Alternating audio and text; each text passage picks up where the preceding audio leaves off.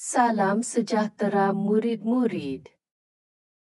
Hari ini kita akan belajar cara menjawab soalan kritis dan kreatif berdasarkan situasi.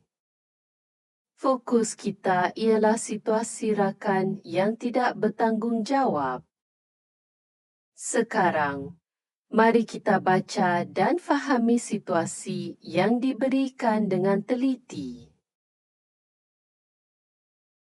Kamu dan rakan-rakan ditugaskan untuk membersihkan kawasan taman sains sekolah.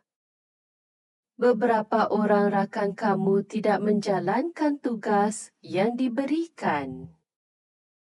Mereka berbual-bual dan bermain-main semasa menjalankan tugas. Berdasarkan situasi di atas, apakah tindakan yang akan kamu lakukan? Untuk menjawab soalan ini, kita perlu berfikir secara kritis dan kreatif. Ingat 3 perkara penting. Pertama, pilih tindakan yang betul. Kedua, buat keputusan yang bijak. Ketiga, amalkan nilai murni.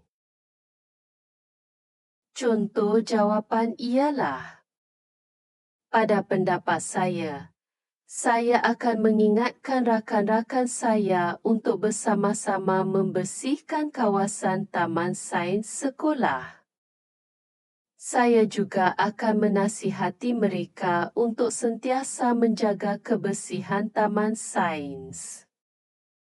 Jika mereka ingkar, saya akan memberitahu guru yang terlibat. Ciri-ciri jawapan yang baik ialah, jawapan mestilah pendek dan tepat, mengandungi nilai murni, dan tidak melebihi 30 patah perkataan.